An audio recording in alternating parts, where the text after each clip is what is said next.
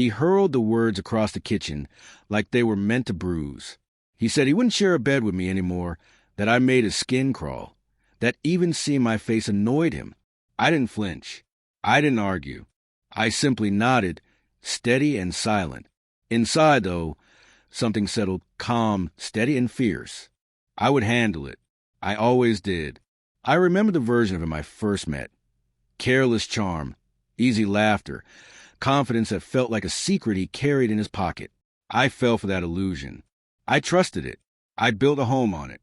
And then, one day, the foundation cracked. The changes came slowly.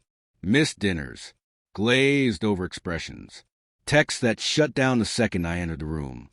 I kept making excuses for him. Long hours, stress, distraction. But the truth prickled at me long before I admitted it. My heart knew before my mind did. The message I saw on his phone was subtle, a name I didn't recognize. But everything shifted after that.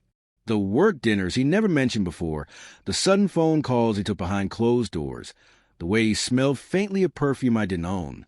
I didn't confront him. I watched him instead, quiet, calculating. He thought I would lash out. He expected drama. I refused to give him the satisfaction. I let him believe he had the upper hand. He didn't realize I had already started digging beneath the surface of his perfect little life. I mapped out every financial move he made. I tracked expenses, contacts, transfers, favors he owed and favors he cashed in.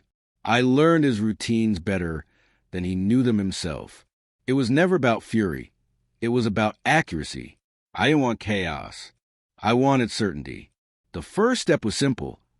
Take control of what mattered to him most. I reached out to a lawyer he always mocked, the one he claimed was incompetent. That incompetent lawyer helped me prepare everything quietly. Documents, strategies, legal routes he never imagined I knew existed. Divorce filings went through without a whisper warning. Next came the part he would never see coming. Social collapse. The people he charmed so easily heard fragments of truth, offered carefully, placed gently where they would echo the most. And they listened. His shining reputation dimmed so smoothly, he didn't realize it until it was almost gone. Then came the emotional piece. Not anger, not accusations, but subtle reminders that he was not the center of my world anymore. That someone else stood where he once stood. He learned through whispers, looks, shifting alliances. He saw how people he trusted leaned closer to me, not him. I never bragged. I didn't have to. When the night finally arrived and everything landed at his feet, I watched him crumble. The man who thought I was powerless finally saw the truth. His disbelief was almost tangible. He kept searching my face for the girl who used to forgive him, who used to break for him. She wasn't there. When I did confront him, calm, grounded, unapologetic, he had nothing to throw back. He tried to speak, but the threats he used were a lie on cracked apart in his throat. I explained, step by step, exactly how everything unraveled, not with rage, but with clarity. It wasn't revenge. It was simply consequences.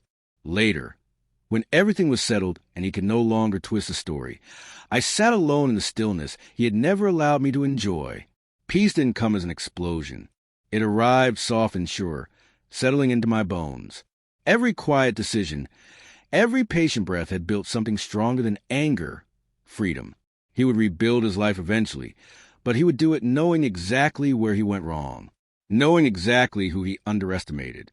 He would remember not the woman he tried to belittle, but the woman who walked away while dismantling every lie he hid behind.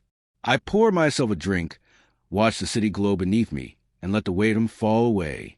That day in the kitchen, when I only nodded, he thought I was accepting defeat. He didn't know I was preparing a storm designed perfectly for him. And in the end, he discovered the truth he never expected. The person who replaced him wasn't a stranger. It was a version of me he never believed existed.